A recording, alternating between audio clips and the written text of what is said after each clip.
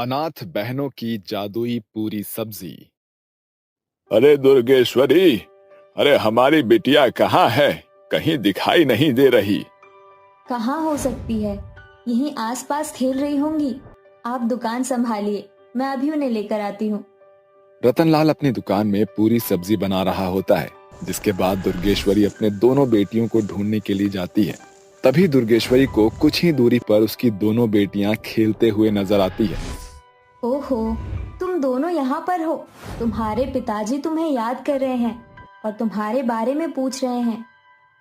अच्छा, पिताजी हमें बुला रहे हैं। चलो संगीता, पिताजी के पास चलते हैं। लेकिन मुझे अभी तो खेलना है, मुझे खेलने दो ना माँ। अरे बेटा, बाद में खेल लेना। दुर्गेश्वरी अपनी दोनों बेटियों को लेकर अपने पति रतनलाल के पास पहुंच जाती है, जिसके बाद रतनलाल अपनी दुकान में गर्मा गर्म पूरी सब्जी बनाकर अपनी दोनों बेटियों को देते हुए कहता है, सुबह से बस खेल ही रही हो, लो पूरी सब्जी खा लो। पिताजी, आपके हाथों की पूरी सब्जी तो बहुत स्वादिष्ट होती है और खुशबू भी कितनी अच्छी आ रही है। अरे पिताजी, पहले मुझे दो, बहुत जोरों से भूख लगी है। पिताजी, आप हमेशा पहले दीदी को देते हो, मुझे क्यों नहीं देते हो? अरे ऐसी बात नहीं है बेटी, ये लो मैं पहले तुम्हें दे देता हूँ। आरती और संगीता दोनों बहनें पूरी सब्जी खाने लगती हैं, जिसके बाद ऐसे ही उन दोनों को अपने माता पिता की दुकान के पास खेलते हुए सुबह से शाम हो जाती है। वहीं दूसरी तरफ शाम होते होते रतनलाल और दुर्गेश्वरी पूरी सब्जी बेचकर ठीक ठाक पैसे कमा लेते हैं। अब रात होने का समय हो गया है, अब तो कोई पूरी सब्जी खरीदने आएगा ही नहीं। एक काम करते हैं, दुकान तो बढ़ा देते हैं। हाँ, आप सही कहते हो। चलो, मैं आपकी मदद कर देती हूँ।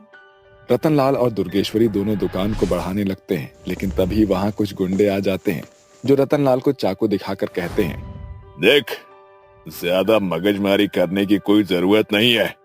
सीधे सीधे बोल रहा हूँ, जितना भी माल पानी है सारा मुझे दे दे। अरे कौन हो तुम लोग, और ये चाकू हमें क्यों दिखा रहे हो? अच्छा, तो तुम लोग ऐसे नहीं मानोगे। देखो, मैं आखिरी बार कह रहा हूँ, जो भी तुम्हारे पास है सब कुछ हमें दे दो, वरना अंजाम अच्छा नहीं होगा। अगर हिम्मत है तो आगे बढ़कर दिखाओ। आज तुम्हारी खटिया खड़ी नहीं कर दी तो मेरा नाम भी रतनलाल नहीं। रतनलाल अपनी दुकान बचाने के लिए उन गुंडों से लड़ने लगता है, लेकिन वो गुंडे रतनलाल के ऊपर हावी हो जाते हैं, जिसके बाद वो चाकू से रतनलाल के साथ साथ दुर्गेश्वरी को भी मार देते हैं। उन्हें मारकर वो वहाँ से भाग जाते हैं। अपने माता पिता को मरते हुए देख संगीता और आरती रोने लगती है। माँ, पिताजी, उठो ना। क्या हुआ आपको? आप उठ क्यों नहीं रहे हो? आपका खून क्यों निकल रहा है? दीदी, माँ और पिताजी उठ क्यों नहीं रहे हैं? वो सो क्यों रहे हैं? आज माँ पिताजी घर पर नहीं जाएंगी क्या? मुझे जोरों से भूख लगी है। कुछ ही देर में वहाँ पर गांव के लोगों की भीड़ इकट्ठा हो जाती है, जिसके बाद गांव के सभी लोग मिलकर रतनलाल और दुर्गेश्वरी का अंतिम संस्कार करवा देते हैं। उस दिन के बाद से आरती और संगीता दोनों बहनें अकेली रह जाती हैं। अब उनके पास केवल उनके माता पिता की पूरी सब्जी की दुकान ही थी। एक दिन आरती को सपने में उसकी माँ दिखाई देती है। माँ, आप हमें छोड़कर क्यों चली गई? आपके जाने के बाद हम बिल्कुल अकेले हो गए हैं। हमारे पास खाना भी नहीं है और हमें पूरी सब्जी बनानी नहीं आती। बेटा, तुम चिंता मत करो, मैं यहाँ तुम्हारे लिए आई हूँ। हम नहीं है तो क्या हुआ, हमारा आशीर्वाद हमेशा तुम्हारे साथ रहेगा। ये देखो, मैं तुम्हारे लिए जादुई मसाला लेकर आई हूँ। जब तुम इसे पूरी सब्जी बनाने में डालोगी तो वो पूरी सब्जी अपने आप स्वादिष्ट बन जाएगी। लेकिन माँ, मैं पूरी सब्जी कैसे बनाऊंगी? मैंने तो कभी पूरी सब्जी बनाई ही नहीं। अरे बेटा, आजकल YouTube पर सब कुछ है। तुम YouTube पर देखकर पूरी सब्जी बनाना सीख लेना और अपनी छोटी बहन संगीता का अच्छे से ख्याल रखना। अगले दिन जैसे ही सवेरा होता है, आरती का सपना टूट जाता है और वो अपने हाथ में एक मसाले का डिब्बा देखती है। अरे ये तो वही मसाला है जो सपने में मेरी माँ ने मुझे दिया था। लगता है मेरे सपने में मेरी माँ हकीकत में मेरे पास आई थी। आरती अपनी छोटी बहन संगीता को लेकर अपने साथ अपने पिता की पूरी सब्जी की दुकान पर चली जाती है, जिसके बाद आरती वहां पर YouTube चलाकर पूरी सब्जी बनाना शुरू कर देती है। बनाते बनाते वो अपनी माँ का दिया हुआ मसाला पूरी सब्जी में डाल देती है। उसके मसाला डालते ही पूरी सब्जी अपने आप बहुत स्वादिष्ट बन जाते हैं। अरे अरे, ये क्या? अभी तो मैंने मसाला डाला ही था। ये पूरी सब्जी तो अपने आप तैयार हो गई और इसकी खुशबू कितनी अच्छी आ रही है। यकीन ही नहीं होता कि मैंने YouTube पर से ये देखकर बनाई है। पूरी सब्जी की खुशबू पूरे गांव में एक चिंगारी की तरह फैल जाती है, जिसके बाद उस खुशबू के पीछे लोग खींचे चले आते हैं। अरे वाह, अरे वाह, अरे वाह, क्या खुशबू आ रही है। इस खुशबू से तो मेरा दिल ललचा रहा है। क्या ये खुशबू तुम्हारी पूरी सब्जी में से आ रही है? हाँ हाँ, ये पूरी सब्जी में से आ रही है। क्या तुम पूरी सब्जी खाना चाहोगी? अरे नेकी और पूछ, इसमें पूछने की क्या बात है, मैं तो जरूर खाऊंगी। जरा मेरे लिए 2 प्लेट तो लगाना। आरती आनंदा के लिए 2 प्लेट लगा देती है, जिसके बाद आनंदा 2 प्लेट पूरी सब्जी खाती है, जिसके बाद वो आरती को पैसे देकर वहां से चली जाती है। उसके जाते ही गांव के कई सारे लोग पूरी सब्जी खाने के लिए उनके दुकान पर पहुंच जाते हैं। अरे वाह दीदी, देखो तो जरा, आपके हाथों की पूरी सब्जी खाने के लिए पूरा गांव उठा चला आया है। इतने सारे लोगों को देखकर आरती थोड़ा घबराने लगती है, जिसके बाद वो अपनी आंखें बंद कर लेती है। आंखें बंद करते ही उसकी माँ की याद आती है। अरे मेरी बच्ची, घबराने की कोई बात नहीं है। एक एक करके सबको पूरी सब्जी बेचते जाओ। आरती अपनी आंखें खोलती है, उसकी माँ फौरन गायब हो जाती है, जिसके बाद वो एक एक करके सभी को पूरी सब्जी बेचने लगती है। वो सभी को पूरी सब्जी बेचती है तो दूसरी तरफ संगीता छोटी बहन होने के बावजूद भी अपनी बहन की मदद करवाने के लिए सबसे पैसे इकट्ठा करने लगती है। देखते देखते सुबह से शाम तक संगीता और आरती दोनों बहनें गांव वालों से ढेर सारा पैसा कमा लेते हैं। आखिर में संगीता को बहुत तेज भूख लगती है और वो अपनी बहन आरती से कहती है, अरे दीदी, मुझे बहुत जोरों से भूख लगी है, मुझे भी पूरी सब्जी दे दो खाने के लिए। आरती संगीता को पूरी सब्जी देने वाली होती है, लेकिन पूरी सब्जी तो पहले ही खत्म हो गई होती है। ओहो, पूरी सब्जी तो सब खत्म हो गई, लेकिन तुम चिंता मत करो, मैं तुम्हारे लिए पूरी सब्जी दोबारा से बना सकती हूँ। आरती अपनी बहन के लिए पूरी सब्जी दोबारा बनाना शुरू करती है, जिसके बाद पूरी सब्जी बनाकर वो अपनी बहन संगीता को पूरी सब्जी खिलाती है और खुद भी खाती है। अरे वाह दीदी, आपने तो बहुत स्वादिष्ट पूरी सब्जी बनाई है। मुझे भी अपने हाथों पर यकीन नहीं हो रहा है कि मैं इतनी अच्छी पूरी सब्जी बना सकती हूँ। दोनों बहनें पेट भरकर पूरी सब्जी खाती हैं। उस दिन के बाद से उन दोनों का काम अच्छा खासा चलने लगता है और एक दिन अचानक से आरती अपने आप से कहती है, माँ ने मुझे ये मसाला मेरी जरूरत के लिए दिया था। जादुई पूरी सब्जी बनाना तो मेरे जादुई हाथों का कमाल है। आज से मैं इस मसाले को कभी इस्तेमाल नहीं करूंगी और इस मसाले को अपने पास अपनी माँ की आखिरी निशानी के तौर पर रखूंगी। उस दिन से आरती पूरी सब्जी में जादुई मसाला डालना बंद कर देती है, जिसके बाद आरती अपने हाथों से बनी हुई पूरी सब्जी लोगों को बेचती है और अपनी बहन संगीता के साथ खुशी खुशी रहने लगती है। नालंदा गांव में रहने वाली गंगा के परिवार में कुल 2 जन थे, गंगा और उसका बेटा अनमोल। एक सुबह गंगा की सहेली शारदा हाथों में मिठाई का डिब्बा लिए उसके घर आती है। गंगा, आ रही हो गंगा, कहाँ है तू? गला फाड़ना बंद करके आंखों का इस्तेमाल भी किया कर। तू कहाँ थी? एकदम से सामने आकर खड़ी हो गई, बिल्कुल पी के जैसे। धत, मुझे धरती पर ही रहने दे। अरे तुझसे 4 कदम दूर पर ही झाड़ू मार रही थी। अच्छा, मैंने देखा नहीं। हाँ हाँ, तुझे शर्मा जी के सिवा कुछ दिखता क्या है? जब देखो उस मुंह से नैन मटक्के करने के लिए सायरा बानो बनकर बहाना बना कर निकल पड़ती है सैर सपाटे को। गंगा के ताने सुनकर शारदा गुस्से से झंझना कर गरजते हुए कहती है, अरे बस कर गंगा, मैं ये तेरे ताने तफरी सुनने नहीं आई, बल्कि बताने आई हूँ कि शारदा सास से दादी बन गई है। अरे तेरे बेटे के उम्र के सभी लड़के बाप बने बैठे हैं, बस एक तेरा ही बेटा बचा है। अगर ऐसी ही देरी करती रही तो अनमोल 25 से 55 का हो जाएगा, फिर पकाती रही रोटियां बुढ़ापे में। शारदा की बात गंगा को सोचने पर मजबूर कर देती है, जिसके बाद गंगा अपने बेटे अनमोल के लिए लड़की तलाशने लगती है और शारदा की तलाश तमन्ना नाम की लड़की पर खत्म होती है। आइए एक झलक तमन्ना पर डालते हैं। तमन्ना, उठ जा बेटी। हे भगवान, लड़के वाले किसी भी वक्त आते ही होंगे, मगर ये लड़की अब तक तैयार नहीं। लड़के वालों के आने का नाम सुनकर तमन्ना झटपट से उठकर तैयार हो जाती है। थोड़ी देर में गंगा अपने बेटे अनमोल के साथ उनके घर आती है, जहां परिवार की सहमति से रिश्ता तय हो जाता है और दोनों घरों में शादी की तैयारी शुरू हो जाती है। तभी गंगा के घर चल रही मेहंदी की रस्म के बीच में मनोरमा कहती है, सिर्फ 24 घंटे रह गए हैं गंगा अनमोल की शादी और तेरी बर्बादी में। अरे किस बात की बर्बादी, बहू के आ जाने के बाद तो घर जन्नत बन जाता है। वो तो बहू के आने के बाद पता चलेगा कि तेरा ये स्वर्ग से सुंदर घर जन्नत बनेगा कि जहन्नम। एक बार बहू ने पहली रात में परचम लहरा दिया तो अगले दिन से तेरा अनमोल बहू के आगे पीछे डोलता दिखेगा। मगर मैं उसकी माँ हूँ। अरे ये सतयुग का जमाना नहीं जहाँ श्रवण कुमार जन्म लेगा। जैसे हम सभी के बेटे ब्याह के बाद एक ही छत के नीचे रहकर हमसे 2 घड़ी बतियाते भी नहीं है, तेरे संग भी वही होगा। ऐसा सुनकर गंगा का चेहरा फीका पड़ जाता है। गुजरते घंटों के साथ शादी का सुनहरा पल आता है और 7 फेरे के बंधन में बांधकर तमन्ना बहू बनकर ससुराल आ जाती है। जहां तमन्ना के मन में अपने पति के साथ पहली रात को लेकर उत्सुकता बढ़ती ही जा रही थी, वहीं गंगा पहली रात को रोकने के लिए साजिश रच रही थी। बस जल्दी से ये तामझाम खत्म हो जाए ताकि तमन्ना और अनमोल तन्हा हो सके।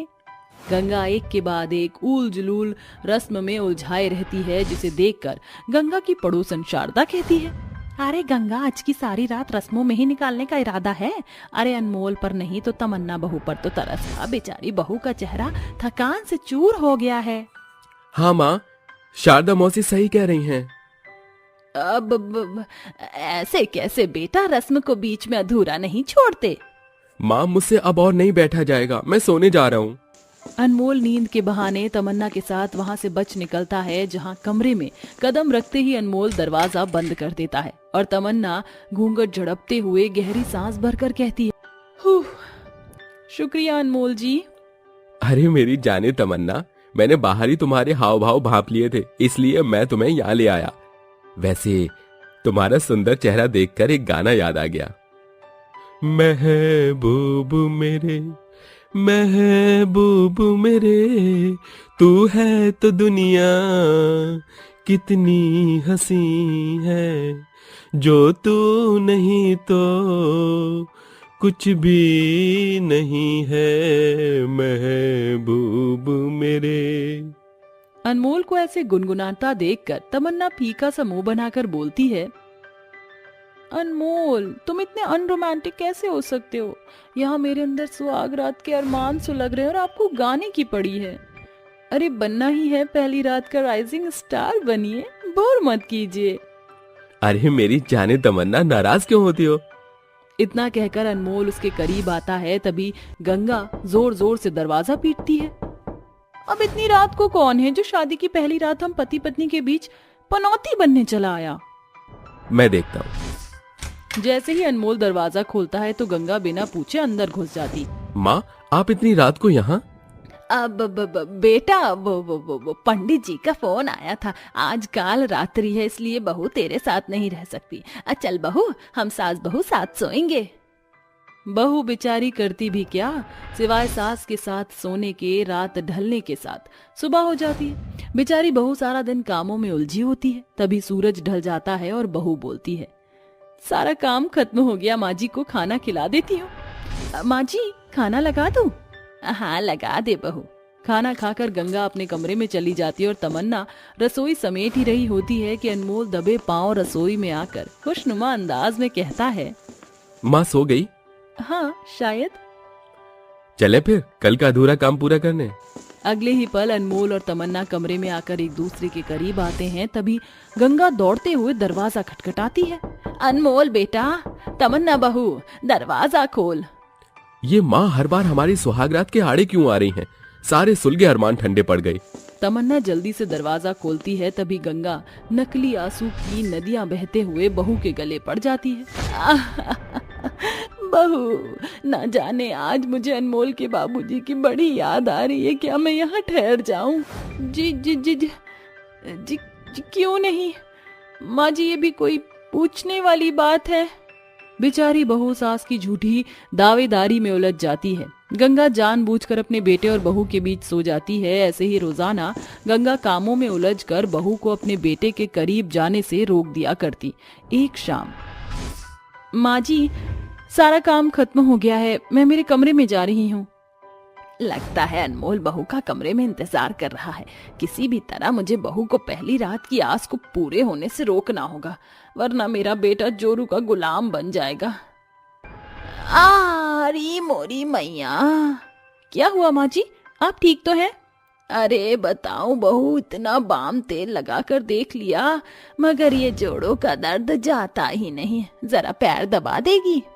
बहू अपनी सास का पैर दबाने में जुट जाती है। देखते ही देखते रात के 11 बज जाते हैं। तभी गंगा कहती है, बस बहू, अब पैरों में पहले से बहुत आराम पड़ गया है, जा जाकर बर्तन मांज दे। मगर माँ जी, कुछ देर पहले ही तो मैंने बर्तन मांजकर रसोई साफ की थी। अब बहू, मैंने बर्तन पर मकड़ी को मंडराते देखा था, इसीलिए बोल रही हूँ। सास की हिचकिचाहट देखकर तमन्ना अपनी चुप्पी तोड़कर बोलती है, माँ जी, मैं कई दिनों से देख रही हूँ आप मुझे कामों में उलझाए रखती हैं ताकि मैं अनमोल के पास न जा सकूं, मगर आप ऐसा क्यों कर रही हैं मैं नहीं जानती। ज्यादा भोली बनने का ढोंग ना कर बहू, मुझे पड़ोसन ने सब बता दिया है कि पहली रात के बाद बहू कैसे अपने पति पर जादू चला देती है कि बेटे अपनी माँ को भूलकर बीवी के पल्लू में बंध जाते हैं। आखिरकार गंगा अपनी बहू के आगे बेधड़क सारा सच बोल देती है। तभी तमन्ना अपनी सास को सुलझा सा जवाब देती है, माँ जी, पड़ोसनों की चिकनी चुपड़ी बात में आपने ये कैसे गलतफहमी पाल ली है। मैं आपकी बहू हूँ, अनमोल पर पहला हक आपका है। माँ का रिश्ता बीवी से बहुत बड़ा होता है। बहू की बात सुनकर गंगा की गलतफहमियां दूर हो जाती हैं और वह बोलती है, बहू अपनी सास को माफ कर दे। मैं लोगों की बात में आकर ये मिलनसार बर्ताव को देख ही ना सकी, मगर अब ये सास अपनी बहू की सुहागरात की सेज अपने हाथों से सजाएगी। आखिरकार शादी के 15 दिन की दूरी के बाद बहू की पहली रात की तमन्ना पूरी हो जाती है। अरे बहू, चल पूजा की थाली तैयार करके ले आओ, हमें मंदिर जाना है। माँ? जी माँ जी, अभी लेकर आती हूँ। गुंजन पूजा की थाली तैयार करके लेकर आती है, जिसके बाद वह अपनी सास सावित्री से कहती है, आज मंदिर में हमें तुषार जी की तरक्की के लिए हवन करवाना है।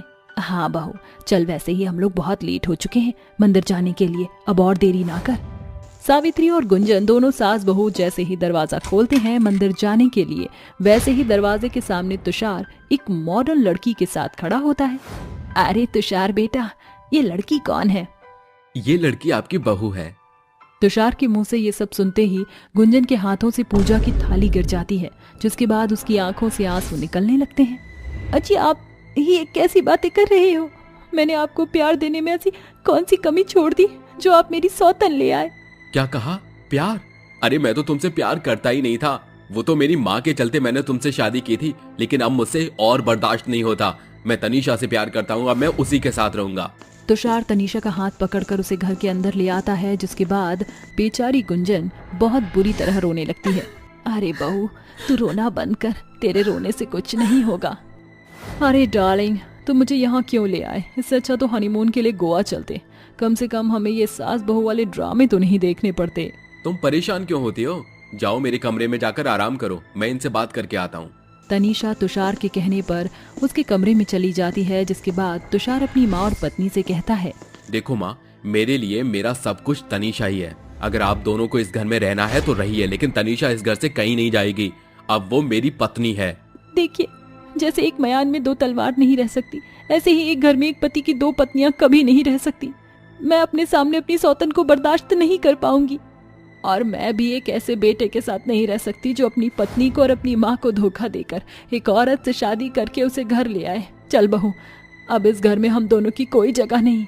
दोनों सास बहू घर छोड़कर चली जाती हैं, जिसके बाद तुषार अपनी पत्नी तनीषा के साथ घर में खुशी खुशी से रहने लगता है। वहीं दूसरी तरफ बेचारी सावित्री और गुंजन घर छोड़ तो देती हैं, लेकिन उनके पास अपने रहने का कोई ठिकाना नहीं होता और वह चलती रहती हैं। ऐसे हम लोग कब तक चलते रहेंगे? हमारे पास रहने का कोई ठिकाना ही नहीं है। देखिए माँ जी, जब ऊपर वाला एक रास्ता बंद करता है तो दूसरा जरूर खोलता है, इसलिए हमारे लिए भी कोई ना कोई रास्ता तो भगवान ने खोला ही होगा। तभी गुंजन को एक ट्रेन का डिब्बा दिखाई देता है। चलिए माँ जी, लगता है भगवान ने हमें रास्ता दिखा दिया है। गुंजन ट्रेन के डब्बे में जाती है और अपनी सास से कहती है, जब तक हमें कोई घर नहीं मिल जाता तब तक हम इस ट्रेन के डिब्बे में ही रह लेंगे। सावित्री गुंजन की बात मान लेती है, जिसके बाद वह दोनों सास बहू ट्रेन के डब्बे में ही रहना शुरू कर देती हैं। देखते ही देखते कुछ दिन बीत जाते हैं। अब उनके पास खाने के लिए कुछ नहीं होता।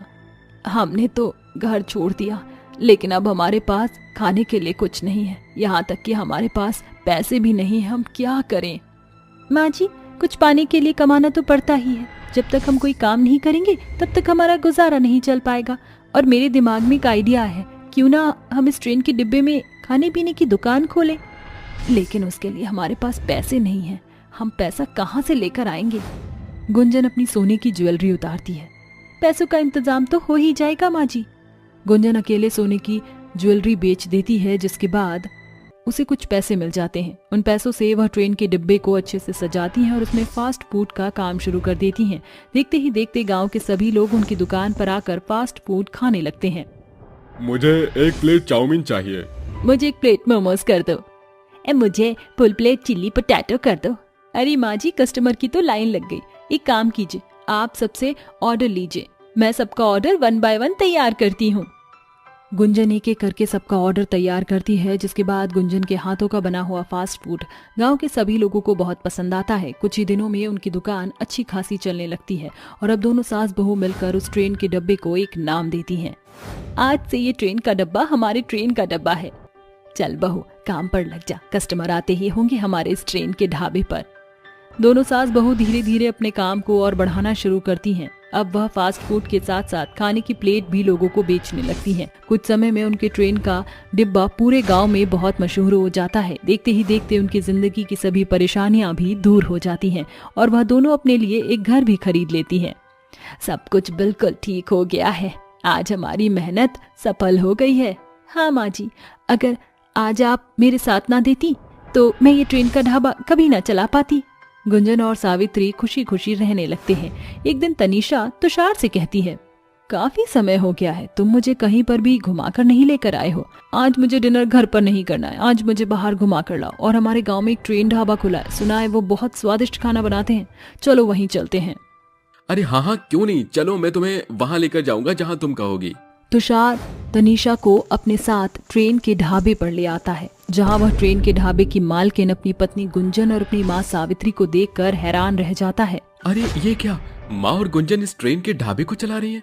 लेकिन इन्होंने ये ट्रेन का ढाबा कैसे चलाया? अरे माँ जी, जरा देखिए तो सही, आज हमारे ट्रेन के ढाबे पर कौन आया है। सावित्री जैसे ही अपने बेटे तुषार को देखती है, वह गुस्से से आग बबूला हो जाती है। तू यहाँ क्या कर रहा है? जा, चला जा यहाँ से। इस ट्रेन के ढाबे में तेरी कोई जगह नहीं है और मैं तेरी शक्ल देखना भी नहीं चाहती। इस लड़की को ले और यहाँ से दफा हो जा। अपनी माँ का यह बर्ताव देखकर तुषार को अपनी गलती का एहसास होता है, जिसके बाद वह अपनी माँ के पैरों में गिरकर उनसे माफी मांगता है। माँ, मेरे साथ ऐसा बर्ताव मत कीजिए, मुझे अपनी गलती का पछतावा है। मैंने जो भी किया है उसकी भरपाई तो मैं अब नहीं कर सकता, लेकिन हो सके तो मुझे माफ कर दीजिएगा। तुझ जैसे निकम्मे बेटे को मैं कभी जिंदगी में माफ नहीं करूंगी। अब यहाँ से चला जा। तुषार को अपनी गलती का बहुत पछतावा होता है, जिसके बाद वह तनीषा को लेकर वहां से चला जाता है। वहीं दूसरी तरफ सावित्री अपनी बहू गुंजन के साथ खुशी खुशी प्रियंका ढाबा चलाने लगती है, क्योंकि अब उनकी जिंदगी में तुषार की कोई जगह नहीं होती।